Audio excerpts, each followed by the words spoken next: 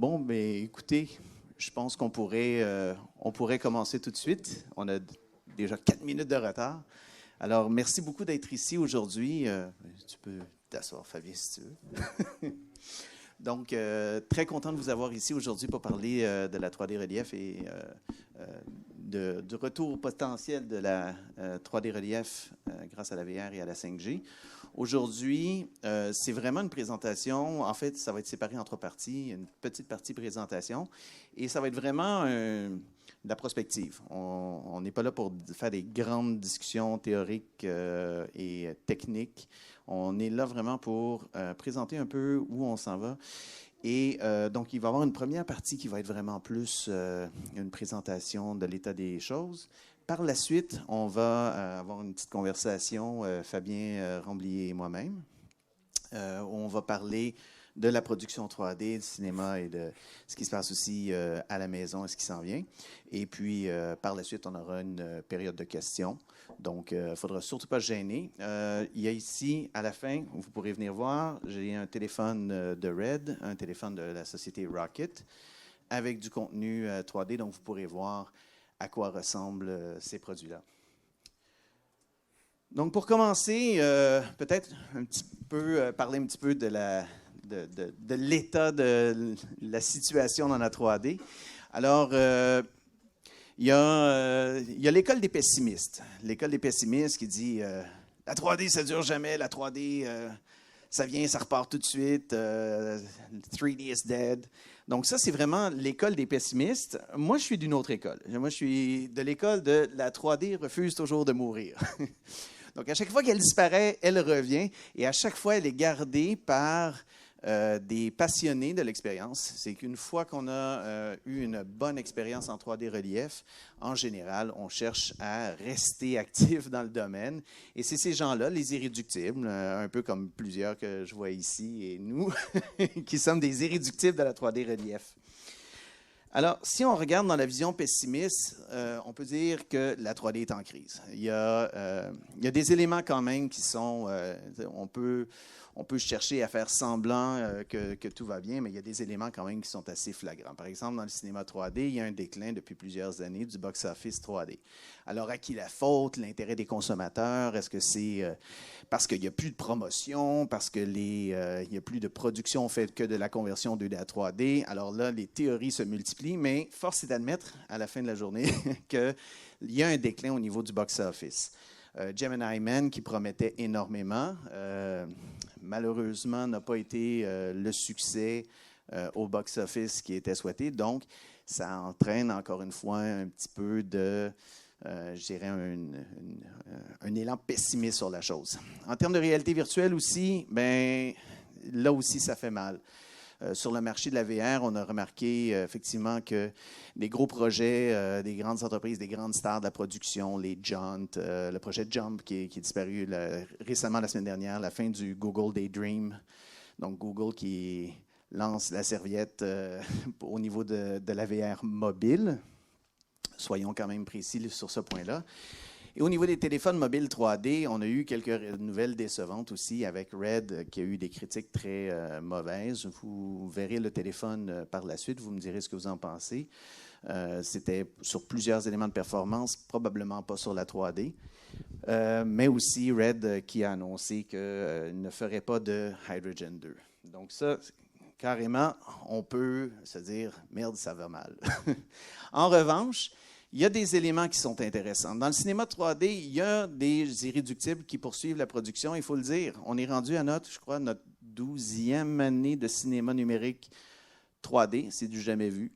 Dans l'histoire de la 3D, il faut se rappeler que dans les années 50, la fameuse époque glorieuse, on a parlé de 18 mois de films 3D.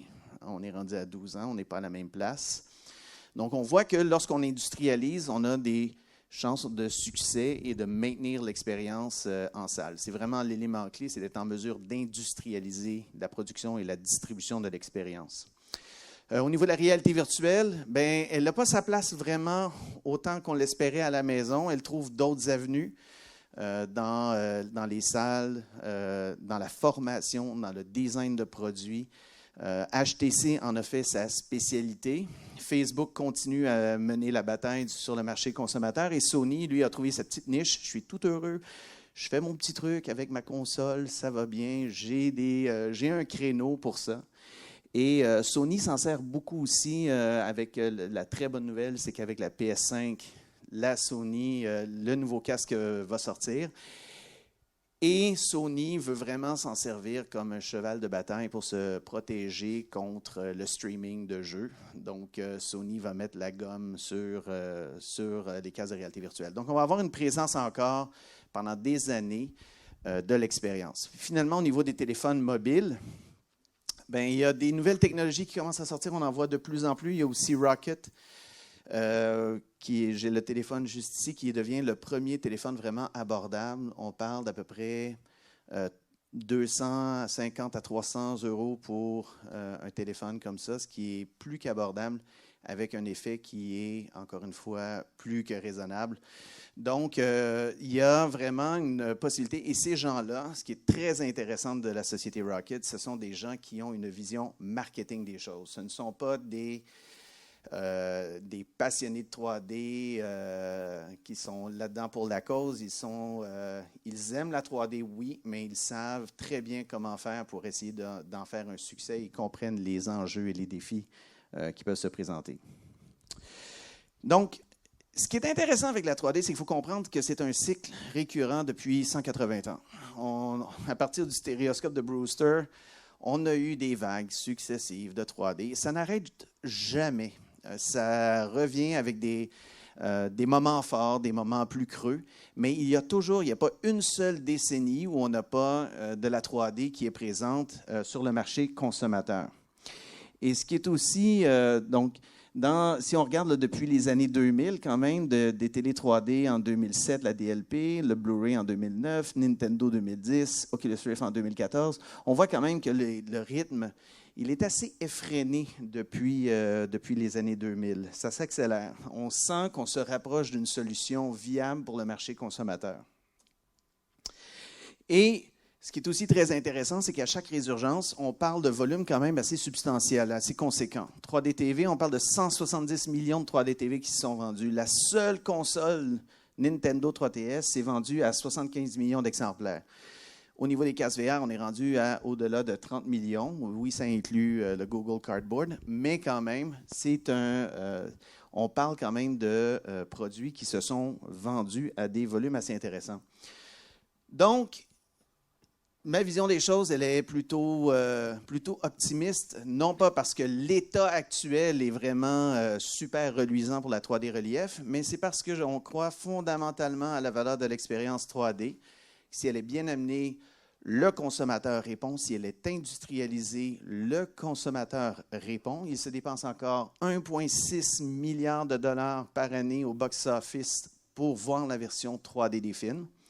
Donc, ce qu'il faut comprendre, c'est que si on n'est pas dans un haut de vague, qu'on est dans un creux de vague, eh bien, il faut comprendre que la vague va revenir. C'est cyclique depuis au-delà de 180 ans. C'est un cycle qui revient constamment. Et la prochaine vague, de ce qu'on voit en ce moment, il y a carrément un intérêt pour les smartphones 3D. Il y a deux types de produits qu'il faut voir là-dedans. On a d'abord les téléphones intégrés, avec les écrans intégrés. Et ça, il y a de plus en plus de joueurs qui tentent de sortir des produits de la sorte. On n'a pas encore les gros joueurs. On n'a pas les Samsung, les Apple, etc. Mais il y a une multiplication de joueurs qui sortent avec des nouvelles technologies d'écran qui viennent principalement d'Asie. Et de l'autre côté, il y a les coques protectrices. Je n'en ai pas amené, malheureusement. Je ne sais pas à quoi j'ai pensé, mais la société Mopic, entre autres, a fait un produit extrêmement intéressant qui est une coque protectrice qui est faite sur mesure pour différents modèles de téléphone. Donc, protège, on la change d'orientation, elle devient devant l'écran et le téléphone devient un téléphone 3D sans lunettes. Et avec la caméra de l'appareil, réussit à faire du eye tracking pour arriver à positionner, minimiser les effets d'images fantômes, etc. Donc, c'est vraiment quelque chose qui est extrêmement intéressant parce qu'on peut convertir un parc de téléphones en téléphone 3D sans lunettes. Ce qu'il faut aussi retenir avec ça, c'est vraiment, il faut voir ça comme une technologie de transition. Pour qu'il y ait vraiment un succès de ce côté-là, il va falloir que de l'autre côté, les téléphones 3D sans lunettes sortent. Ça, c'est un petit graphique. C'est tiré de différents éléments, en fait, c'est des extraits de plusieurs sources qui nous ont amenés à produire ce graphique-là. Ce qu'on voit, c'est que depuis 2002, il y a eu plusieurs tentatives de sortir des téléphones 3D sans lunettes. C'est quand même impressionnant de penser qu'en 2002, il y en avait déjà quelques-uns. Vous avez certainement remarqué le petit trou entre 2003 et 2007. Pas d'activité. Mais tout a commencé à se réactiver en 2009 avec Avatar qui est sorti, qui, comme de raison, a amené le lancement des télé 3D en 2010. En 2014, c'était la fin. Visio avait annoncé aux États-Unis la fin des télé 3D. 2016, c'est l'année où il n'y a plus de modèles de télé 3D offerts sur le marché. Et pourtant, depuis ce temps-là, on voit encore une augmentation du nombre de téléphones 3D sans lunettes. Donc, ça se passe principalement en Asie, et on ne peut pas s'en cacher. C'est Chine, Corée, Japon, où ça se passe principalement, Taïwan, quelques autres pays. Et ce qui est intéressant aussi, c'est les téléphones 3D en incluant des caméras 3D. Quelque chose, moi, je ne comprends pas les manufacturiers, sincèrement, qui sortent un téléphone 3D sans appareil photo 3D. Ça semble comme un non-sens. Mais croyez-le ou non, plus de la moitié des appareils qui sortent n'ont pas de caméra intégrée. C'est quelque chose qui va changer. Le Rocket qui est ici n'a pas de caméra 3D. En revanche, le prochain modèle qui va sortir va avoir des caméras 3D intégrées. Donc, pourquoi maintenant? Ce qui est intéressant avec ce qui se passe au niveau de la téléphonie mobile, c'est qu'on voit un petit peu le même genre de convergence d'intérêts qu'on a vu au moment où les télé 3D sont sortis. C'est-à-dire que, si on regarde le premier point, les fabricants de téléphones mobiles sont à la recherche de différenciateurs. Le marché devient à maturité. Pour la première fois, les téléphones mobiles, on voit une pression sur les prix. Oui, Apple sort des téléphones qui sont toujours de plus en plus sophistiqués, tout ça, mais pour la première fois, ils ont maintenu les prix pour leurs téléphones de base, chose qui n'était pas arrivée depuis très longtemps. Et on voit qu'il y a des nouveaux téléphones qui sortent par des différentes compagnies asiatiques en baissant même les prix dans le marché. Donc, on commence à ressentir cette pression-là et ils recherchent de plus en plus. À un moment donné, un téléphone, on ne mettra pas 22 caméras dessus. Là. Il va falloir qu'on trouve autre chose que rajouter des caméras pour essayer d'intéresser les consommateurs à changer leur appareil. Les technologies 3D sans lunettes sont prêtes. On a plusieurs technologies qui fonctionnent maintenant suffisamment bien pour intéresser le consommateur. Dans le cas des télé 3D, on avait atteint une fréquence de rafraîchissement qui nous permettait d'avoir des lunettes actives. Donc, il y avait une capacité technologique qui s'était rajoutée.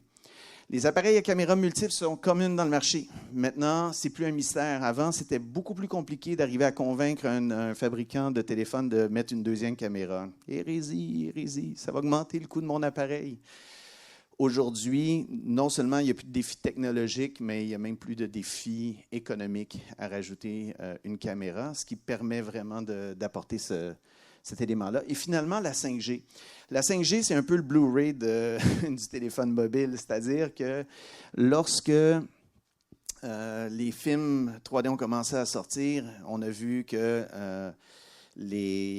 en fait, au moment de l'ascension des télé 3D, il y avait aussi le besoin de démarquer le Blu-ray du DVD. Et ils ont utilisé la 3D comme une façon de démarquer ce produit-là en disant, bien, vous voyez, avec l'excellente bande passante qu'on a maintenant, on est capable de le faire.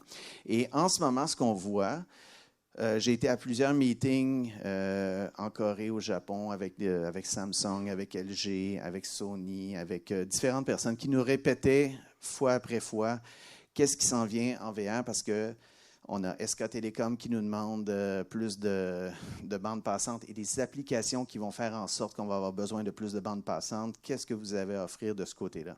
Et c'est là que ça devient très intéressant de dire il y a un intérêt convergent des distributeurs de contenu, des fabricants d'appareils et aussi au niveau des technologies. On se rend compte qu'il y a tous les éléments sont regroupés pour permettre une résurgence de la 3D à ce niveau-là. En revanche, il faut se poser la question, est-ce que l'histoire va se répéter? Parce que s'il est vrai que les téléphones 3D vont permettre de régler un des problèmes des télé 3D, c'est-à-dire la nécessité de porter des lunettes, moi, je suis personnellement de l'école de ce n'est pas la raison principale pour laquelle les télé 3D ont été un échec. Une des raisons principales, c'est vrai qu'au niveau détail, c'est très intéressant si on va chez un détaillant et que l'on peut voir la démo sans lunettes parce qu'on n'a pas l'impression de voir une télé brouillée, on a l'impression de voir un effet et tout de suite ça nous surprend. Ça a vraiment un impact très positif à ce niveau-là. Mais il y a beaucoup d'enjeux liés au contenu. Le manque de contenu demeure. Ce n'est pas parce qu'on va sortir un téléphone 3D sans lunettes demain matin qu'on va avoir une tonne de contenu. Il faut qu'il s'en produise, il faut qu'il y en ait, il faut qu'on ait accès à ce contenu-là. La qualité du contenu, qui est très variable, d'une expérience à l'autre. On a des problèmes des fois, on va avoir une expérience VR extraordinaire, puis une autre fois, ça va être une expérience vraiment lamentable. Donc, comment on fait pour s'assurer de garantir cette qualité-là? On parle aussi d'inconfort de l'expérience. Parfois, ça fait mal aux yeux. Expérience utilisateur 3D aussi. Ça, c'est un grand problème qui persiste. C'est le fait qu'à chaque fois qu'on demande aux gens d'acheter un produit 3D ou de passer en mode 3D relief, on leur demande de sacrifier quelque chose. Alors, on sacrifie en mettant des lunettes, on sacrifie en perdant les capacités de navigation dans l'image, on sacrifie en perdant de la résolution, on sacrifie. Donc, à chaque fois qu'on demande des sacrifices aux consommateurs, on rend l'adoption de la technologie encore plus difficile. Maintenant, il y a une réelle opportunité qui existe aujourd'hui, c'est de mettre du contenu VR stéréoscopique sur des appareils mobiles 3D sans lunettes. Il y a un intérêt présentement, il y a du contenu qui se produit, beaucoup de contenu pour adultes, il faut l'avouer, mais ça existe, un marché, et ce contenu-là existe. Et il se fait aussi beaucoup de productions amateurs de contenu et de plus en plus, il y a de l'intérêt pour du contenu professionnel. Pas nécessairement de la cinématique VR, mais ça peut être des diffusions sportives ou différents événements qui peuvent être très intéressants. En revanche, en fait, juste pour confirmer ça, c'est quelques annonces qui sont sorties récemment. On l'a vu se pointer d'abord dans les différents salons VR en Chine, on parle beaucoup que la 5G va être l'enabler. La 5G et la VR vont être l'enabler En fait, la VR va être l'élément qui va permettre à la 5G de ressortir du lot. HTC, c'est le nouveau patron d'HTC. En fait, c'est un ancien VP d'Orange. Et il arrive en disant les jeux et les films 3D VR vont être à la source du succès de la 5G. Même chose, Intel, ça c'est la semaine dernière, Intel qui a annoncé qu'ils allaient faire les Jeux olympiques de Tokyo et de Paris en VR et en 3D. Donc, on voit que ce besoin, et c'est tous, hein, vous voyez, toutes les annonces sont toutes reliées 5G. Donc, la 5G va amener forcément, c'est ce qui se passe à chaque fois qu'on arrive avec quelque chose qui demande plus de bandes passantes, on se tourne vers ce qui en mange le plus. Alors, on va y aller vers la 8K, on va y aller vers la VR. Ah, la VR stéréoscopique. Attendez, 2 fois la super résolution, puis 2 fois la quantité de contenu vidéo. Donc, il va y avoir vraiment un engouement, puis on commence à le voir. On est au tout début, mais moi, je vous prédis que l'année prochaine, lorsqu'on va se revoir, parce que j'espère bien revenir, on va voir que ça va s'être accéléré à ce niveau-là. Oups. Mais il y a des enjeux quand même avec la réalité virtuelle et la 3D au sens traditionnel, c'est pas vraiment compatible. La 3D, elle est souvent comprimée ou déformée, l'expérience n'est pas confortable, on n'est pas capable de zoomer, de recadrer, de se promener en 3D. Ce ne sont pas des notions qui sont habituelles. Maintenant, je vais vous parler, je vais essayer de ne pas trop prendre de temps parce que j'en ai déjà pas mal pris, mais je veux juste vous dire un petit mot, puis vous allez pouvoir le voir sur les appareils, par rapport à la technologie Cubic Space, qui est une technologie de Disclaimer, c'est la société qui l'a développée.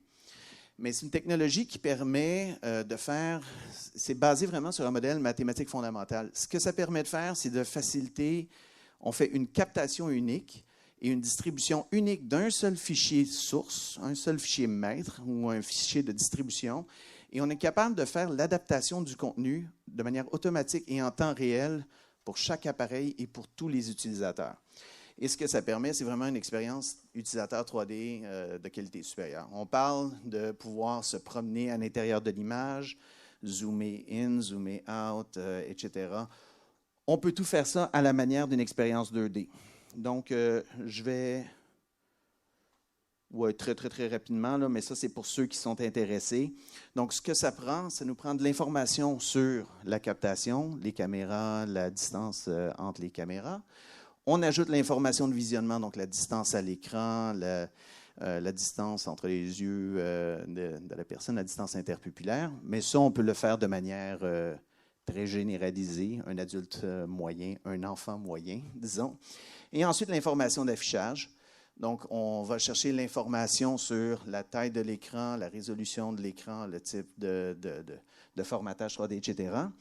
Et à partir d'une image gauche et droite distribuer cette information-là, on fait le traitement en temps réel pour sortir une image optimisée de l'œil gauche et une image optimisée de l'œil droit. Donc, le même contenu VR peut être utilisé dans un casque de réalité virtuelle, sur une télé 3D, sur un téléphone 3D, peu importe la condition de visionnement, le contenu va être automatiquement adapté et optimisé pour les conditions de visionnement, sans enjeu de qualité ou de confort. Donc, je vais sauter tout ça.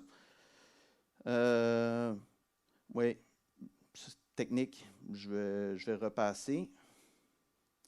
Mais grosso modo, ce que ça permet, et ça c'est un dernier élément de vision, je crois que c'est extrêmement important qu'on arrive à décloisonner l'expérience 3D et arrêter de toujours scinder et dire la télé 3D c'est meilleur, non, le cinéma, la présentation en salle c'est meilleur, non, le casque de réalité virtuelle c'est meilleur, non, la tablette 3D c'est meilleur, ou tout ça.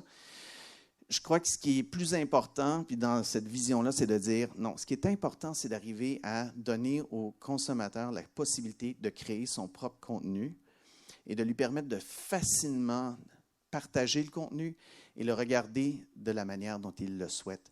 S'il veut consommer personne ne va porter un casque de réalité virtuelle dans la voiture ou dans le métro. Donc, d'avoir la possibilité de regarder sur son téléphone, prendre des photos, regarder des vidéos, partager avec un ami, et puis de dire, le soir, je veux partager sur une télé, et puis lorsque je suis seul, je veux revivre l'événement, et là, je mets le casque et je suis en pleine immersion dans l'image que j'ai captée. Mais pourquoi pas? Il faut laisser au consommateur le choix. Donc, voilà pour l'instant. Donc, c'est l'essentiel de la présentation. Maintenant, Fabien n'est pas là pour rien. Hein? Donc, on va le faire travailler un petit peu. Et à ce stade-ci, j'aimerais ça qu'on puisse revenir sur le cinéma 3D, parce que comme je le disais tout à l'heure, on parle de cinéma 3D, on parle de déclin au box-office, on parle de succès mitigé de Gemini Man au box-office. Donc, je voulais t'entendre un petit peu sur le sujet et dire qu'est-ce qu'il y en est d'abord en France et c'est quoi ton opinion sur le sujet? Alors, pour parler du cinéma en France, après, il y a le cinéma dans le monde également, mais c'est vrai que la production française en 3D est totalement inexistante.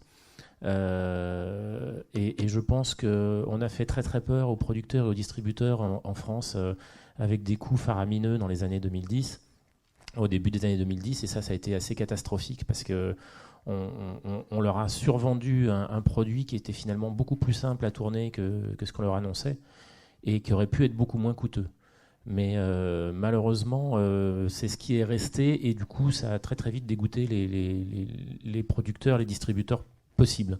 Donc, ça a été la porte ouverte, grande ouverte au cinéma américain, qui trust l'essentiel du marché de toute façon en France, et qui continue quand même de faire pas mal d'entrées, puisque l'année dernière, je crois qu'on a fait...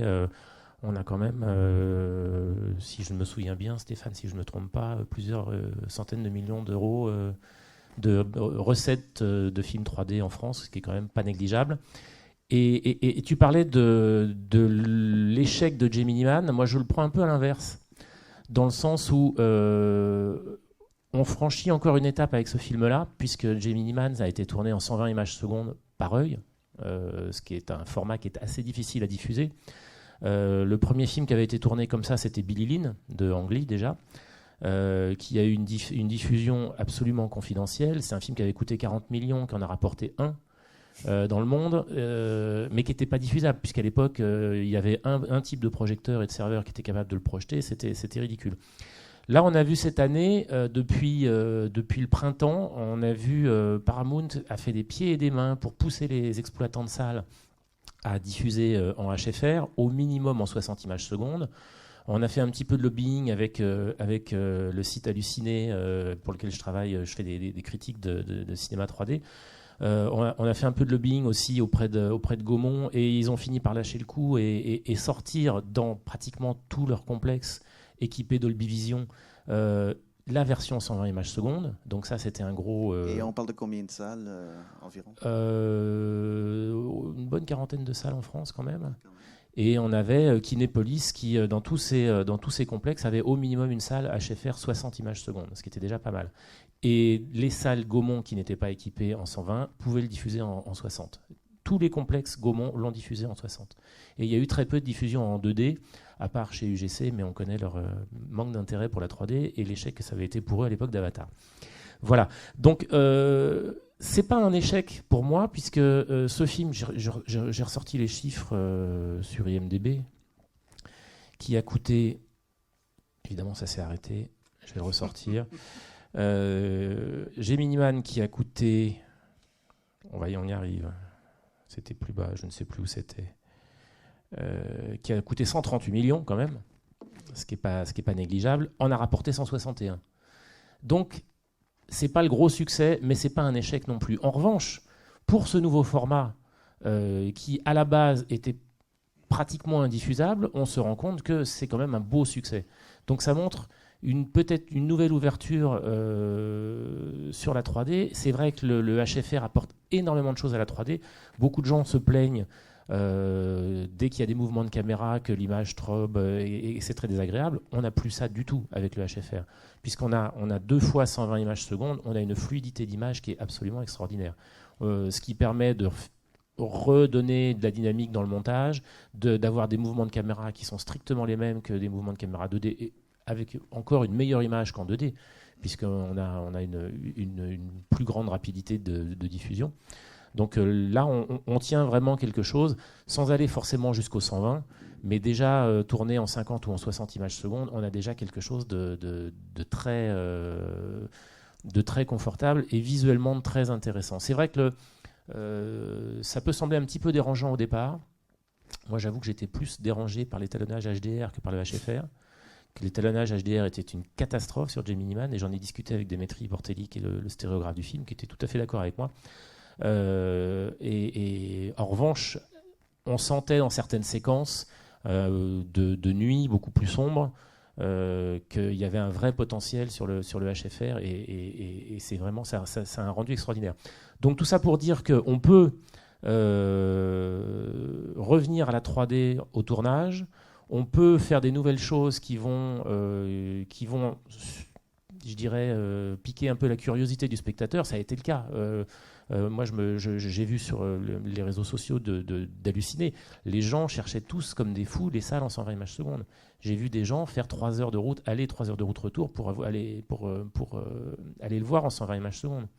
Et le retour de la critique et le retour des gens qui ont vu l'expérience en 100 images secondes en France. Sans parler du tout du côté artistique et de l'histoire du film, qui est malheureusement un peu ce qu'elle est, la qualité de l'image, les gens ont tous été bluffés par l'image. Et ça, c'est important. Parce que c'est vrai que c'est un vrai plus. Et du coup, on commence à sentir qu'il y a un intérêt à ce niveau-là. Là, on était au festival Courant 3D avec Mine, qui a cette fabuleuse petite machine là, qui est un rig 3D, très léger. On sent qu'il commence à y avoir un intérêt, justement, au moins pour l'instant sur du court-métrage, de tourner en HFR. Moi, je prépare 2 courts-métrages. Il y a de grandes chances qu'on les fasse en HFR. Quitte à les tourner en 2K et pas en 4K, mais on les fera en HFR. Ça, c'est pratiquement évident. Et je ne suis pas le seul à penser comme ça. Et pour revenir ensuite au fait qu'on a fait peur aux producteurs et aux distributeurs avec la 3D en France, c'est un fait. Et on peut aisément le contourner maintenant avec ce genre de petite machine. Voilà, ça c'est mise en place de ça sur un tournage, contrairement à ce qui se faisait avant où il fallait 3 heures et 4 assistants. Ça c'est 10 minutes et une personne. Et c'est une qualité sans problème. Moi, j'ai tourné un court-métrage avec. On l'a diffusé sur un écran de 12 mètres de base. Je défie quiconque de savoir que ça a été fait avec des capteurs de moyenne taille. Il n'y a aucun souci de qualité d'image. On n'a pas de perte de qualité. Et on a une facilité au niveau du tournage qui est extraordinaire. Mine a développé différents modèles de SRIG. Là, c'est le modèle avec les caméras Blackmagic. Il y a des modèles avec des caméras un peu plus petites. Moi, j'en ai utilisé un aux 24 heures du Mans. J'étais tout seul. Je tournais là en HFR, effectivement, en 50 images secondes. Le rig, tout équipé avec les caméras, pesait moins de 3 kilos. Et j'avais besoin de personne pour le faire marcher. Voilà, je réglais tout moi-même, la convergence, l'écart entre les 2 yeux. Sans aucun souci. Donc voilà, maintenant on peut tourner facilement en 3D. On peut tourner pas cher en 3D, pas plus cher qu'en 2D. On peut tourner aussi rapidement en 2D qu'en 3D. Et au pire, c'est ce que je dis toujours quand on me dit mais pourquoi tu tournes en 3D, je dis au pire, j'ai un film 2D et moi dans la poche, j'ai ma version 3D et le jour où je pourrai le diffuser, je le diffuserai en 3D. Voilà, donc autant y aller. Génial. Et puis, justement, on parlait de Gemini Man qui a été présenté dans les salles avec une capacité à 120 images secondes, qui est quand même assez difficile à faire avec les systèmes habituels. 3 nouveaux systèmes sortis, Dolby, RealD, qui vient de sortir son nouveau système. On sait qu'IMAX aussi favorise une diffusion avec 2 projecteurs laser. Il y a aussi Sony qui a sorti, Samsung qui a sorti sa nouvelle technologie exactement, qui permet, alors l'Onyx, qui est un LED avec lunettes actives. C'est en LED avec lunettes actives, mais on n'a pas du tout les inconvénients des lunettes actives d'avant où certaines personnes pouvaient sentir le scintillement et qui procuraient une grosse fatigue des yeux. On n'a pas du tout ça. L'Onyx, c'est vraiment un système extraordinaire, mais en 3D, justement, qui est limité à 60 images secondes en 3D. D'accord. Il marche en 120 en 2D, mais à 60 en 3D pour l'instant. L'Onyx, on a des noirs qui sont vraiment très très noirs. Il y a une luminosité d'image qui est incomparable. On n'a plus cette impression quand on met les lunettes 3D que l'image est plus sombre. Mais on ne l'a pas non plus dans le Dolby Vision et toutes ces technologies ont fait vraiment évoluer les choses. Sincèrement, moi, à peu de jours d'intervalle, j'étais dans une salle Onyx et dans la salle Dolby Vision du Pathé Beaugrenelle, puisqu'ils ont les 2 systèmes. On est extrêmement proche en termes de qualité d'image. Et j'avoue que je préfère le Dolby Vision parce que ça reste du passif et qu'on est encore plus lumineux, mais l'Onyx vaut vraiment, vraiment le coup. Ça peut faire partie des choses qui ont un intérêt pour la 3D, en tout cas. Voilà. Et pour terminer, je repense à ça à l'instant, parce que j'ai vu ça ce matin, ce qui montre aussi qu'il n'y a pas, contrairement à ce qu'on lit dans beaucoup de journaux et ailleurs, de désintérêt pour la 3D au cinéma, aussi fort qu'on le dit. Demain ressort Le Dernier Empereur en salle. Il a été converti en 3D. Donc il ressort en salle en 3D. Voilà. Ah oui, OK. Et oui. Et ça sort où? Moi, Alors justement, j'ai pas encore les informations, mais j'ai eu les informations ce matin en venant, donc voilà. Bon, une Donc petite il ressort en primeur. 3D. Super. Ça, il va falloir que je Donc ce qui vois. prouve bien qu'il y a une demande. Mais s'il y a une demande, justement, qu'est-ce que ça va prendre pour que, au-delà d'avoir une demande et d'être un phénomène quasi anonyme, et on ne voit plus non plus de promotion active. Moi, je le vois presque plus de mon côté du bassin, là, du côté de la piscine. Donc, de mon côté, je vois absolument plus de promotion de 3D ou que c'est la version 3D. Il y a Disney qu'on voit encore pousser pour la chose.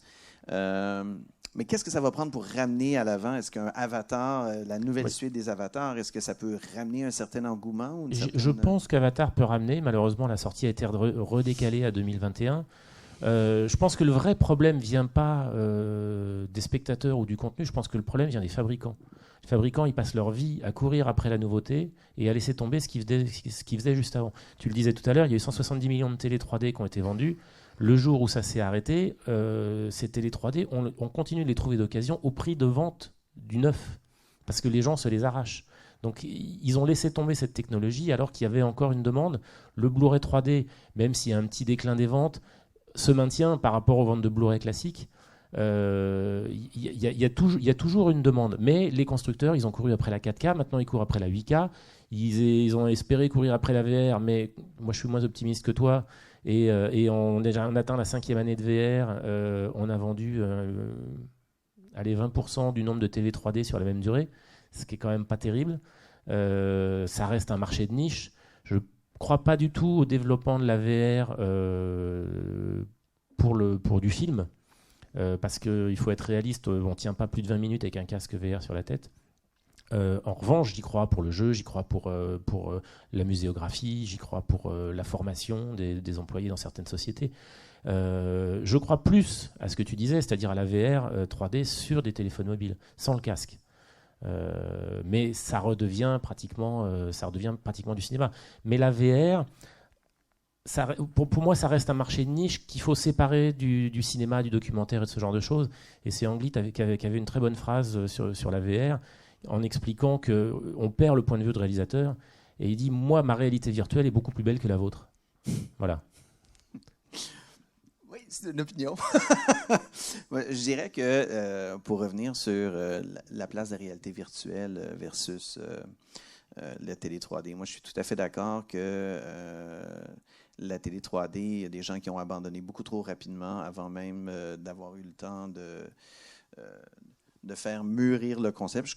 Je crois quand même que l'absence ou le manque de contenu était un réel fléau parce que tu sais, nous, on opérait 3D Go et on offrait des films 3D et ce qu'on réalisait, c'est que le taux de rafraîchissement de film était vraiment pas assez grand pour garder l'intérêt. Notre plus grand défi, c'était de rester en contact avec le consommateur et de faire en sorte qu'il loue le prochain film lorsque la sortie faisait. Alors, on faisait un bombardement monstre de courriels et de petites notifications et tout ça, mais ça demandait des efforts incroyables parce que les gens oubliaient tout simplement qu'ils avaient la fonctionnalité. En VR versus la 3D, oui, c'est vendu 170 millions de télé 3D, mais l'autre grand défi que l'on avait, et qu'on n'aura pas avec les téléphones 3D sans lunettes ou qu'on n'a pas avec la VR, en fait, c'est que ce sont des appareils qui avaient une fonctionnalité 3D. Donc, il y a une grande différence. Lorsqu'on fait une promotion et on dit il faut changer sa télé, tiens, c'est la nouvelle télé et elle a une fonctionnalité 3D. Est-ce que les gens l'achetaient pour la fonctionnalité 3D? C'est pas certain. On a dû faire aussi, ça a été une de nos réalités lorsqu'on essayait de vendre 3D Go. Il a fallu faire énormément d'éducation et trouver une façon d'aviser les consommateurs que leur télé était 3D et qu'ils avaient accès à du contenu. Et beaucoup de travail on a fait en acquisition avec de la communication dans les produits, dans les boîtes, pour informer le consommateur. Mais rendu à ce stade-là, les manufacturiers avaient abandonné. Un des très grands défis de la 3D, elle est là, elle est dans le marketing, dans l'exécution, beaucoup plus que dans le travail technologique. Souvent, un des grands vices de la 3D, c'est en même temps une de ses grandes qualités. Elle a le potentiel de frapper l'imaginaire des gens. Donc, lorsque les gens voient une expérience 3D qui est bien faite, ils sont bluffés. Wow! Et les gens, lorsqu'il vient le temps de commercialiser les produits, se fient que le simple effet wow va être suffisant pour vendre le produit et maintenir l'intérêt. Créer l'effet wow, ça va peut-être vendre quelques produits, mais maintenir l'intérêt, ça se fait avec un produit qui offre une valeur à long terme. Alors sur cet effet waouh, moi je suis un peu plus, je fais un peu l'avocat du diable à chaque fois. Je suis assez mitigé dans le sens où on l'a survendu cet effet waouh. C'est-à-dire que les gens s'attendaient à avoir en permanence des trucs qui leur sautent aux yeux, et c'était une façon de le vendre qui n'était pas la bonne façon. Parce qu'il faut être réaliste, on ne peut pas passer son temps à avoir des trucs qui sortent de l'écran parce qu'on se tue les yeux. Et je défie quiconque de regarder 1h30 de la pub Haribo, c'est pas possible. Non mais c'est vrai, c'est absolument impossible. La 3D, l'intérêt de la 3D, c'était la profondeur de l'image et de temps en temps d'avoir des éléments qui viennent sortir de l'écran pour appuyer un peu l'action, s'il y en a. Mais c'est pas l'essentiel de l'intérêt de la 3D. Et ça, on l'a trop survendu et il y a eu un espèce de malentendu là-dessus. Entre le public et du coup les fabricants ils ont dit ah bah oui mais la 3D nous on s'attendait à ce que tout sorte. Bah non c'était pas ça l'intérêt, c'était justement d'avoir de rentrer plus dans l'image. C'est une fenêtre sur le film qu'on est en train de garder et pas un espèce de gant Mappa qui te sort comme ça et qui vient te toucher le nez. C'est pas ça l'essentiel de l'intérêt de la 3D. Évidemment c'est amusant, ça apporte de temps en temps un effet sympathique et on en joue tous. Par exemple sur un très gros plan, c'est joli d'avoir un visage qui sort légèrement de l'écran, ça donne un bel effet. D'avoir de temps en temps sur un film d'action des éléments qui sont projetés comme ça, c'est chouette. Mais on peut pas faire un film complet comme ça, c'est pas possible. Il y a que Ben Stassen qui s'y risque et j'ai beau bien aimer. Et tout le monde montre la même séquence du serpent. Mais voilà. Alors moi j'aime beaucoup Ben, mais ces films, il y a des moments c'est un peu fatigant quoi. Donc non, il y a eu un vrai malentendu à ce niveau-là et je pense qu'on va reproduire le même problème quand les écrans vont sortir, les écrans sans lunettes vont sortir, et on va repartir sur les mêmes arguments marketing. Les deux pires arguments marketing de la 3D, ça a été le jaillissement et la conversion automatique. Oui. Parce que la conversion automatique effectuée par les téléviseurs, c'était une catastrophe. Et j'ai discuté assez récemment avec les gens d'Ultra D et de je ne sais plus quelle autre marque, en leur disant arrêtez, parce qu'ils parlaient de leur capacité de leur convertisseur. Je leur disais arrêtez de vendre ce truc, c'est pas possible. Il ne faut surtout pas parler de ça, c'est une horreur. Et ça dégoûte les gens de la 3D plutôt qu'autre chose. Donc il faut éviter ce genre de choses. Tu vois, ça me ramène vraiment à la problématique du contenu. Parce que la principale raison pour laquelle ils font ça, c'est qu'ils disent tout simplement infinité de contenu, tout ce qui est 2D peut être 3D. Regardez, ça fonctionne. Et le simple fait de fonctionner, ils amènent ce point-là. Moi, c'est ce qui me rend extrêmement optimiste par rapport à ces produits. Et lorsqu'on mettra 2 caméras sur tous les appareils, 2 caméras configurées pour la stéréoscopie, eh bien, on va réussir des choses quand même assez spectaculaires, à mon avis. Je crois sincèrement que l'attrait d'un produit comme ça est dans la mise à la disposition de n'importe quel utilisateur, la mise à sa disposition d'un outil permettant de créer de la 3D. Et oui, c'est pour ça, en quelque part, que je me suis acharné à cette technologie Cubic Space, tout simplement pour dire que, pour une première fois, on sera capable de mettre entre les mains des gens, de les transformer en petit James Cameron ambulant, en comprenant bien qu'il y a la stéréoscopie, hein, ça c'est l'erreur commune que tout le monde fait, de penser on met 2 caméras, on est devenu des experts en stéréoscopie. Non. Et surtout de penser que la stéréoscopie n'est qu'une histoire de parallaxe. Je le dis à chaque fois que j'ai l'occasion d'en parler, des trucs comme... En fait, une des premières expérimentations que j'ai faites en stéréoscopie, c'était avec... j'avais trouvé un premier modèle, j'étais tout excité, et j'ai dit, on va faire une sphère. On va créer une sphère, parce que moi, je suis obsédé justement des films de Ben Stassen, il fait toujours sortir une planète. Mais elle n'a jamais l'air vraiment sphérique. Hein? Toujours un peu étirée, un peu aplatie. Je me dis, moi, je veux voir une sphère sphérique à l'écran. Alors, j'arrive, j'ai mon modèle, je suis tout heureux. Je demande à une de mes collaboratrices de me faire un rendu en utilisant les paramètres que j'ai donnés. Elle fait le rendu. Je mets mes lunettes, je regarde à l'écran, tout excité, et je vois un cercle. Pas une sphère, un cercle. Et là, je me dis, mais tu as fait une erreur. Alors, bien sûr, j'ai blâmé. Mais il n'y avait pas d'erreur. Et l'erreur, c'était la mienne. En fait, c'est qu'une sphère, peu importe d'où on la regarde, il n'y a aucune différence angulaire. La stéréoscopie, avec 2 caméras, tout ce qu'elle fait, c'est qu'elle capte les différents angles. Donc, qu'est-ce qu'il a fallu faire? Bon, premièrement, j'ai fait un cube. On ne se cassera pas la tête. Mais par après, qu'est-ce qu'on a été obligé de faire? Mais on a rajouté des lignes pour avoir un effet de perspective. On a rajouté de l'éclairage, des sombrages, etc. Et là, tout d'un coup, la sphère est devenue une sphère. Donc, il y a beaucoup plus à la 3D que simplement régler 2 caméras. Il y a tout le côté artistique, mais compréhension de comment on perçoit la profondeur et qui est absolument essentiel. Mais je crois sincèrement, moi, que si on est en mesure d'appuyer un effort comme ça et d'arriver à mettre entre les mains des gens la capacité de générer leur propre contenu avec une qualité très acceptable, bien là, on va régler, c'est vraiment par là qu'on va régler le problème de contenu et ça va créer de la demande pour du contenu vraiment bien fait, du contenu professionnel. C'est évident, de toute façon, l'attrait du public pour la 3D sans les lunettes, ça va passer par les téléphones et par les tablettes. Essentiellement par les téléphones d'ailleurs, et ça se voit. Tu poses un téléphone comme ça dans une salle et tu montres un peu aux gens, le téléphone, tu le récupères qu'à la fin de la soirée parce que tout le monde veut regarder voilà. Et tout le monde dit mais pourquoi mon téléphone ne fait pas ça? Non, c'est quelque chose qui marche. Moi, je l'ai fait chez Apple.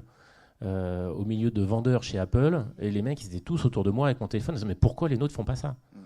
Voilà. Et malheureusement, entre guillemets, je dis on, mais c'est pas nous, mais on est tributaire de ces marques qui, pour l'instant, regardent ça avec curiosité, mais n'ont rien lancé, même si elles travaillent dessus. Et je pense qu'on verra rien voir, on verra rien sortir avant l'année prochaine. Parce que tout le monde attend Avatar. Ouais. C'est un petit peu malheureux, mais voilà, c'est par là que ça va revenir. Ouais. Je peux dire, et à cet effet-là, moi, je peux dire que pour avoir travaillé étroitement avec un tas de manufacturiers japonais, coréens, chinois, taïwanais, les technologies existent, elles sont là, elles sont dans les voûtes, elles attendent patiemment l'opportunité, patiemment le moment où l'intérêt va revenir sur le marché pour sortir les produits. Mais ils sont tous fin prêts à sortir des produits 3D sans lunettes, sans aucun questionnement. Bien sûr. Donc, nous, on a parlé beaucoup, on a jasé, comme on dit chez nous, on a beaucoup partagé avec vous.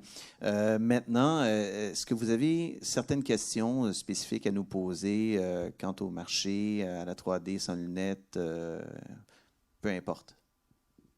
Oui? On peut en faire circuler un.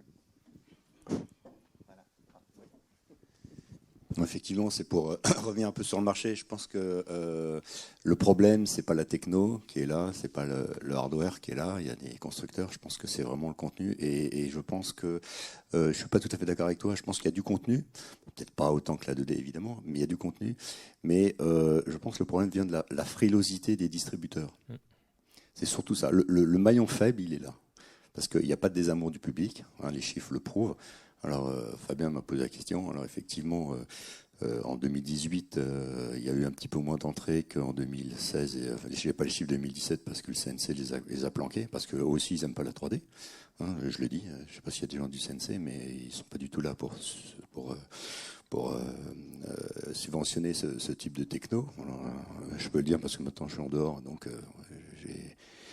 j'ai plus de problème avec ça. Mais en 2016, il y avait peu près 140 millions de recettes d'entrée sur la 3D, hein, ce qui correspond à 10% du chiffre total, c'est 1,4 milliard hein, de recettes des tickets vendus. Donc ce qui est beaucoup par rapport à un taux d'affichage de films de 6,80. Je dis ça parce que j'ai fait des dossiers à cette époque-là. Donc ça veut dire que la 3D est rentable. Plus rentable. Et plus rentable que la 2D. Hein. En 2018, il y en a un peu moins, moins de recettes, parce que moins de films. Et pourquoi moins de films ? Parce que frilosité des distributeurs. Et j'en veux pour preuve, c'est qu'en 2017, j'avais rencontré le réalisateur de Zoo Millennium, j'avais vu le film en 3D, qui était furax, parce que je lui dis, mais je comprends pas ton film, on l'a vu qu'en 2D, il y a eu très très peu de diffusion en 3D en France et encore moins en province.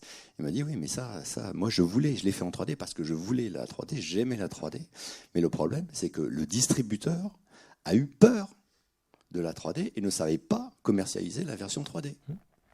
Et c'est pour ça que j'ai eu très très peu de recettes 3D et que malheureusement je suis très déçu alors que le film en 3D était magnifique. Il y a beaucoup de films qui sont même plus, ou alors qui sont annoncés en 3D qu'on ne voit nulle part en 3D. Voilà.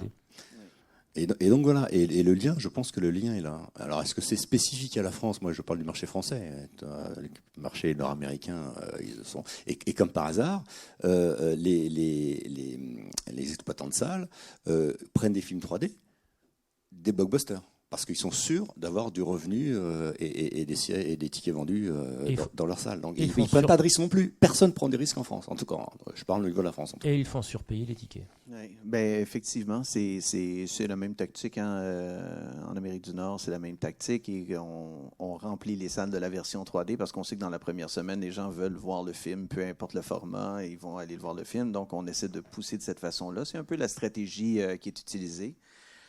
Là où j'ai un petit désaccord sur la partie de la problématique du contenu, c'est qu'aujourd'hui, à la maison, on ne se bat plus contre... Ce n'est plus un marché de distribution de films. C'est marginal. Ce que les gens écoutent, c'est YouTube. Les jeunes écoutent YouTube, les jeunes écoutent Netflix, les gens écoutent des séries télé, écoutent toutes sortes de contenus. Et ils en regardent un sacré paquet sur demande. Et lorsque on offre 2 nouveautés par mois en termes de films 3D, c'est largement insuffisant pour maintenir un intérêt de consommateur.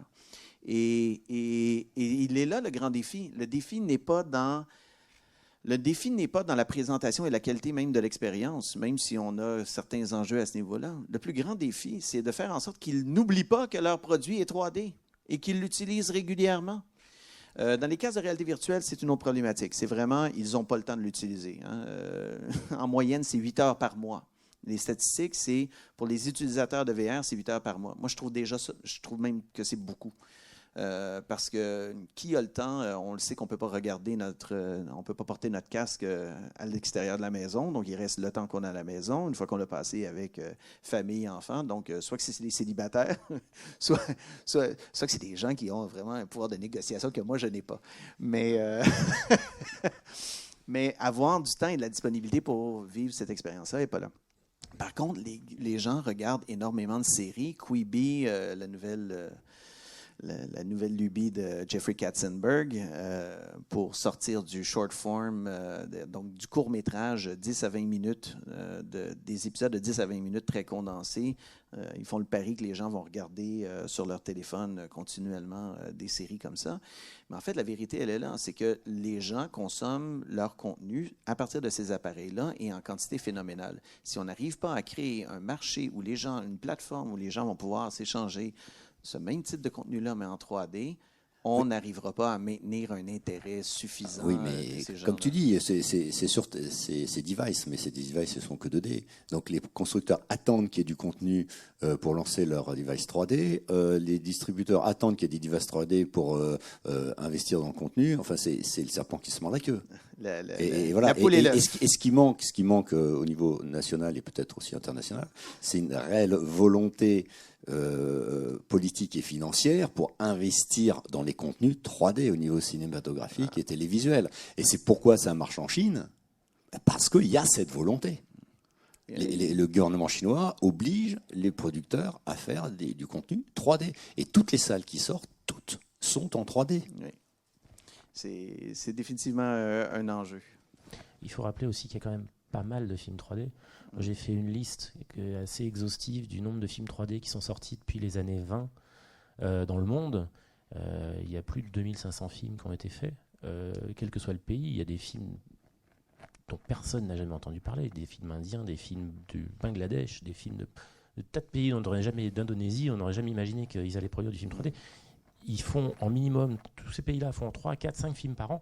En France, on n'est même pas capable d'en faire un. Voilà. Il y a un vrai problème à ce niveau-là aussi. Tout à fait. Le marché français, c'est 60 millions de consommateurs. Le marché chinois, c'est 1,4 milliard. Et la technologie, elle est prête en Chine. Et on sait aujourd'hui que la Chine, elle est en avance sur les États-Unis et sur l'Europe en ce qui concerne la technologie. Est-ce que le marché, il ne va pas démarrer par les consommateurs eux-mêmes et non pas par la production de films grand public, en fait? C'est-à-dire que si les smartphones sont disponibles en 3D et qu'il y a un Instagram 3D qui est créé en termes de réseaux sociaux et qui crée une consommation, est-ce que ça ne risque pas de déclencher l'intérêt pour la 3D et de faire que le marché, à ce moment-là, prenne conscience du business, du potentiel qu'il y a derrière sur le plan économique, et on va voir naître des gros GAFA de la 3D? Chance, ouais. Écoutez, moi, je crois que oui. Je crois que ce que permettent de faire les films 3D, c'est de capter l'imaginaire collectif, parce qu'il y a énormément de promotion qui se fait derrière des films 3D. Donc, enfin, derrière les films. Il y a une grande machine de distribution et de promotion. Les studios sont habitués à la grande distribution, ce qui permet d'amener un certain éclat. De l'autre côté, je crois effectivement, et c'est ce qui m'intéresse beaucoup de l'approche de Rocket, qui est une société américaine et britannique. C'est des gens très, très, très fortunés qui ont compris qu'il fallait faire de la promotion et rendre le produit cool. Donc, c'est des gens qui n'hésitent pas. Ils commanditent la Formule 1, l'écurie Williams. Ils font commandite des joueurs de la NBA, ils commanditent des joueurs de tennis. Donc, ils ont commencé à jouer la carte de la célébrité. Moi, je crois qu'un téléphone comme ça avec 2 caméras, et tu mets ça entre les mains de quelques YouTubers très populaires, quelques personnalités publiques. Bon, on s'entend que si on met ça entre les mains de quelques stars qui sont très populaires, tout le monde va vouloir les voir en 3D. Ils vont prendre leurs propres photos en 3D. Tout le monde va se balancer là-dessus pour essayer de les voir en 3D. Ça va aller très, très vite. Donc, c'est une question de volonté. C'est une question d'avoir quelques manufacturiers qui font le pari et qui le lancent. Et avec un petit peu de succès, avec un petit peu de chance, oui, moi, je crois que la partie consommateur va être vraiment la bougie d'allumage de la prochaine vague. Mais ça va vraiment, j'en démords pas, ça va partir de là, ça va devenir viral, les gens qui l'ont. Et puis, je crois, et là, je vais dire quelque chose, une hérésie totale, mais l'anaglyphe avec les lunettes rouges et bleues, ben oui, j'y crois. Si on est capable, j'y crois pas dans la mesure où on en fait le principal mode de diffusion, mais dans la mesure où on dit « Ah, pauvre toi, tu n'as pas accès à la bonne technologie, tu peux te rabattre sur la vieille technologie pour pouvoir quand même y avoir accès. » Ça va aider à la viralité. Donc, moi, je ne rejette absolument pas l'anaglyphe. Je considère que ça va être quelque chose d'essentiel pour la prochaine vague. 2021, avec la 5G qui va se démocratiser, devrait être aussi un accélérateur. Absolument. Moi c'est le pari que je fais. Toutes les préparations, je les fais en fonction de 2021. Je crois que 2021, ça va être l'année où la 3D relief, à travers la VR, à travers les téléphones, à travers la 5G, va vraiment connaître son nouvel essor. Et puis, il y a aussi autre chose qui peut faire bouger les lignes aussi un petit peu, c'est que certaines écoles de cinéma s'intéressent à la 3D. Mine pourrait en parler notamment, puisqu'il travaille avec l'école Louis Lumière. Donc il y a toujours des gens qui sont intéressés, des étudiants qui vont faire des courts-métrages en 3D. Beaucoup de gens, moi j'avais travaillé avec le CLCF, j'avais réussi à faire des courts-métrages en 3D à 2 étudiants qui avaient trouvé le truc super passionnant. Donc c'est aussi par là que ça va arriver, c'est par la jeune génération de réalisateurs, de producteurs qui se disent tiens, il y a peut-être quelque chose à faire aussi et qui commencent à faire du court-métrage, qui commencent à réfléchir à ce qu'ils pourraient faire. Et c'est justement pour ça que c'est important d'avoir du matériel léger comme ça et accessible. Parce que ils se disent bon bah je vais louer une caméra, de toute façon que je la loue 3D ou 2D, ça va me coûter pratiquement le même prix, donc autant y aller en 3D quoi. Oui, et puis je suis tout à fait en accord avec ta stratégie, ce dont tu parlais un peu plus tôt, à savoir tourner en 2D et en 3D simultanément. Voilà. Même si, les puristes vont dire c'est pas la même façon de capter le cadrage et blablabla. Bon, OK, regarde, peut-être, là. Mais il y a le côté... Oui, mais tu avais ça aussi au début du cinéma où on te disait la caméra peut pas bouger. Les puristes disaient il faut pas faire bouger la caméra. Et puis finalement, on a fait des mouvements de caméra et maintenant, ça n'arrête plus. Donc, je pense que les lignes bougent à ce niveau-là aussi. Faut pas être intégriste non plus. Et OK, il y a certaines limites. Ça, c'est évident qu'il y a des limites physiques qui font qu'on ne peut pas faire tout et n'importe quoi. Mais il faut aussi accepter un petit peu de se laisser pousser sur certaines choses. Moi, j'ai vu des fois où on m'a dit tu peux pas le faire et on l'a fait et après on m'a dit ah ouais tu pouvais le faire. Voilà. Moi, si j'ai un message à dire, en fait, à passer aussi, c'est encore une fois une vision très financière des choses, mais le fameux concept de buy low, sell high. En ce moment, la 3D, elle est dans un creux de vague. C'est définitif. On peut pas ligner, on ne peut pas se mettre la tête dans le sable. En revanche, c'est le meilleur moment pour investir. C'est le meilleur moment pour se préparer. Parce que s'il y a une chose que l'histoire nous a apprise, c'est que ça revient toujours. Et si on investit et on se prépare au moment où on est dans le creux, ben, lorsque la vague repart, ben, c'est le moment où on va pouvoir récolter des fruits de notre travail. Et en ce moment, je suis sincèrement persuadé que d'ici 2 à 3 ans, on va voir vraiment un nouvel engouement. Il ne faut pas oublier, Apple aussi doit sortir en 2020 son nouveau casque, son premier casque en fait de réalité virtuelle. Qui va amener encore de l'intérêt dans le marché, encore de la production VR, probablement VR stéréoscopique. On est en train d'assister à une cristallisation de la prochaine manifestation, de la prochaine résurgence de la 3D. Oui, question? Une petite question par rapport à la VR stéréoscopique, justement. Est-ce que vous imaginez justement que ces devices puissent à un moment donné remplacer les casques VR qui sont encore un peu contraignant pour le grand public de les utiliser? Est-ce qu'on peut imaginer ces devices justement remplacer, un petit peu comme c'était le cas des portables avec les cardboards, pour pouvoir profiter d'une expérience VR en 180 ou en 360? Ben, moi, je ne suis pas de l'école, puis je reviens un petit peu à ma dernière slide, où je ne crois pas qu'il ne faut pas réfléchir de cette façon-là. Je crois que c'est une question dans un continuum d'accessibilité à immersion. Un appareil comme ça ne donnera jamais l'immersion d'un casque et la liberté de mouvement de la tête. Jamais. Ça ne peut pas remplacer l'expérience de réalité virtuelle. En revanche, ça peut la rendre accessible. Et ce que ça veut dire, c'est que pour chaque casque VR qui va se vendre ou chaque visionnement de contenu sur un casque VR, à mon avis, on va se retrouver avec 100 appareils comme ça. Donc, et les gens vont regarder dans les transports, peu importe, et ils vont partager couramment des expériences comme ça. Mais je ne crois pas que ce soit des expériences qui soient opposées. Je crois que ce sont des expériences ou des niveaux d'expérience qui sont complémentaires. Au contraire, laissons le soin aux gens de vivre l'expérience de la manière. Mais ça va définitivement prendre le dessus. C'est clair que du simple fait que c'est accessible à tout le monde, à tous les instants de la journée, ça va prendre le dessus en termes de façon de consommer ce contenu-là. Oui, j'en suis persuadé. Comme c'est le cas déjà. Comme c'est le cas déjà pour la 2D, puisque tu as beaucoup de gens qui regardent, à la base, c'est pas fait pour, mais qui regardent des vidéos sur leur téléphone. Absolument. Voilà. Oui. Merci. Moi, toutes les explications que vous m'avez données, ça m'a fait regarder du côté de ce qui est d'un device portable qui a déjà un écran en stéréoscopie, qui est la 3DS de Nintendo. Oui. Et moi, qu'est-ce que je vois comme évolution de la 3DS, c'est qu'ils ont fait la 3DS, après ils sont revenus à la 2DS, et maintenant ils sont à la Switch qui n'est plus en stéréoscopie.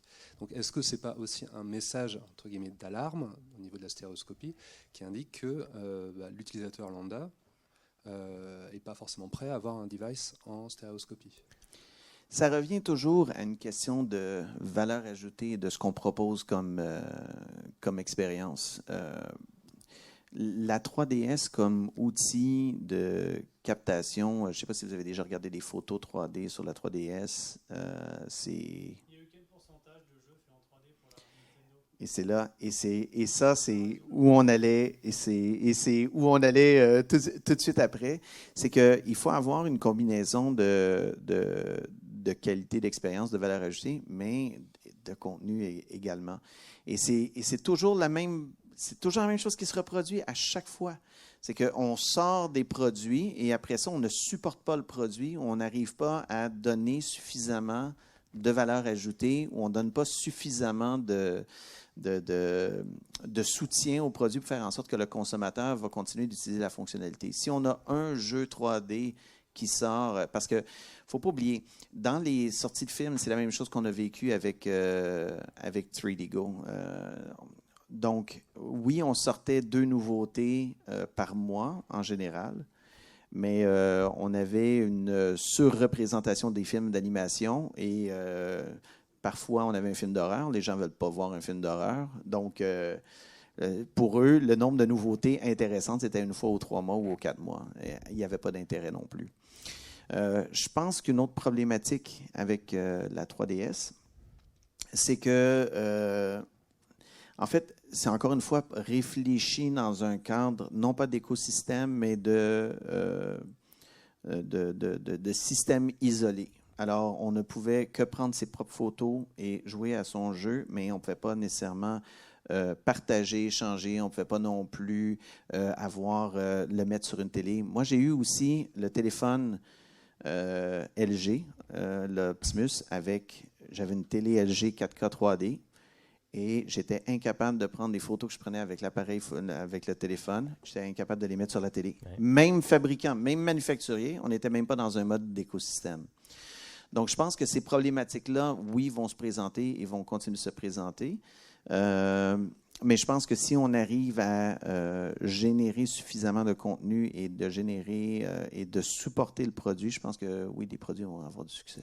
Mais justement sur 3DS, là on restait on n'avait pas de problème je me concentre sur les jeux vidéo uniquement, qui sont principalement faits en CGI et donc on est déjà en stéréoscopie. Enfin, on peut avoir les infos de stéréoscopie très facilement. Donc j'imagine que quasiment tous les jeux qui sortaient devaient être, on pouvait mettre le curseur en stéréoscopie. Enfin, pas tous. Pas tous vraiment, non. Il n'y avait pas de correction en temps réel.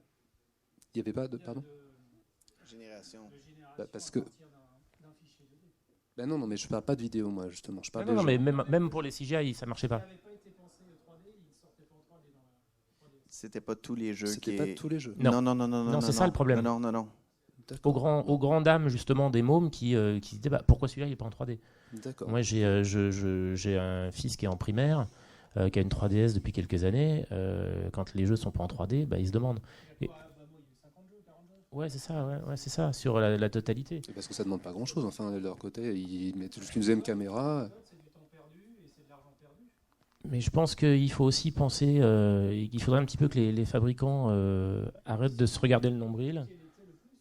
Non, mais c'est ça aussi, moi, je reviens au plus, c'est-à-dire qu'il y a beaucoup d'utilisateurs, à mon avis, ils testaient effectivement la stéréoscopie avec le curseur à fond, ils jouaient un petit peu, et puis à la rigueur, là à l'aveugle, encore, on lui mettait à 0%, et ils ne voyait pas forcément là la différence. Là encore, c'est là la bêtise du truc, et ça revient à ce que je disais tout à l'heure par rapport à la conversion automatique. On ne peut pas laisser au spectateur le choix d'aller changer la 3D sur un appareil. C'est pas possible, on peut pas le faire parce que il va forcément la foutre à fond et il va se faire mal aux yeux, il va dire c'est nul, l'image se dédouble. c'est pas possible de faire un truc comme ça. Il faut que la 3D, elle soit réglée. Elle est réglée au niveau du tournage, elle est réglée au niveau de l'encodage, elle est réglée par l'appareil en automatique, peut-être avec un eye tracking et ce genre de choses. Mais on ne peut pas laisser la main aux spectateurs sur l'intensité de la 3D parce que moi je l'ai vu faire, dans 99% du temps, ils le foutent à fond et au bout de 5 minutes, ils disent « Oh là, c'est désagréable ». Bah ouais, c'est pas fait pour. Ce qui est dommage, c'est un calcul mathématique. Il y a 10 ans, c'était Nvidia le faisait avec du eye tracking sur les premiers gamers en stéréo. Il y avait du eye tracking sur le matériel de Nvidia? Ouais. Il y a 10 ans, en 2006.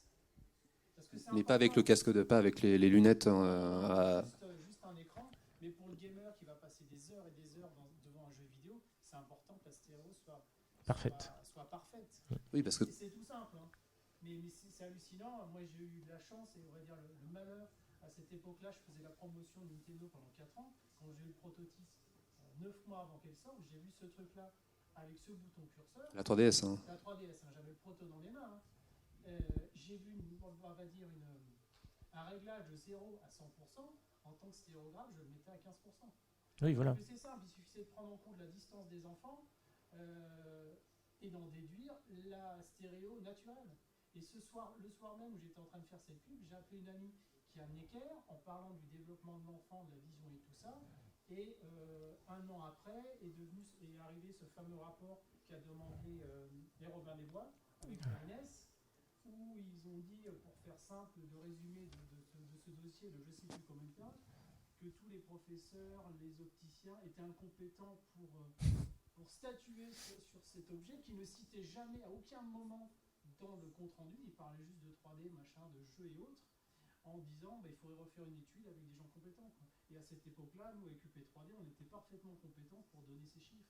Et même à ce moment-là où je tournais la pub, ça faisait quand même 4 ans que je travaillais avec les gens de chez Nintendo, le marketing, je lui dis, vous avez fait des études, vous avez fait des choses, comment vous allez le régler, je trouve que c'est dangereux ce que vous faites. Et le responsable du marketing m'a dit, non, on a mis une petite ligne en dédouanant la responsabilité aux parents. Voilà, c'est juste parapluie, on ne sait pas faire, on ne veut pas faire, on ne veut pas écouter les gens, alors qu'à cette époque-là, c'était en 2006-2007. 2007. Il y avait quand même une pléthore d'études de fait sur la capacité du cerveau et quelles étaient les limites de manière générale de tous les êtres humains.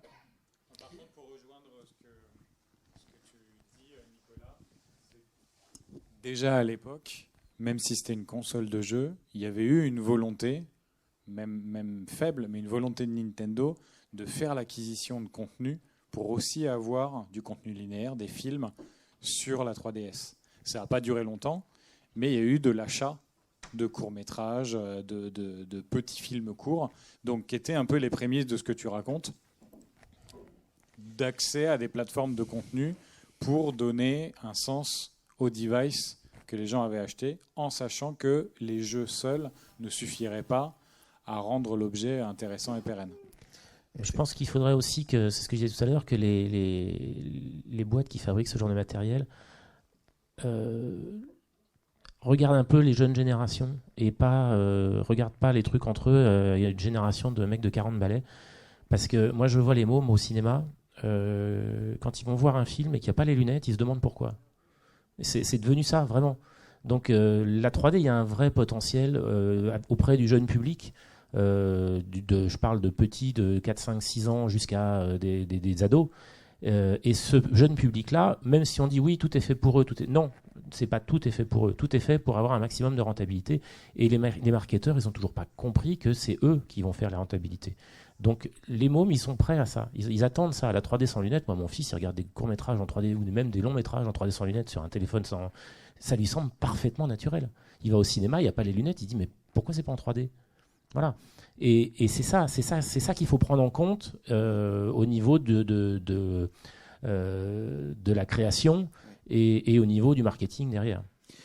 Écoutez, on a déjà dépassé largement le temps qui nous était alloué. Alors, merci beaucoup d'être venu. Merci beaucoup de votre attention. Je vous invite à venir voir le rig ici de Mini. Je crois que c'est vraiment quelque chose d'assez exceptionnel. J'ai aussi les 2 téléphones de Red Dead Rocket. Si vous êtes intéressé à les regarder, ça me fait plaisir de faire des petites démonstrations. Merci Ah, beaucoup. Je peux juste terminer une annonce. Je voudrais savoir si quelqu'un connaît dans la salle Mark Zuckerberg, quelque chose comme ça. C'est un mec qui est à peu près connu. Parce que s'il injectait 2 milliards de dollars dans la 3D comme il a fait dans la VR, je pense qu'on ne serait pas en train de discuter comme ça. Merci.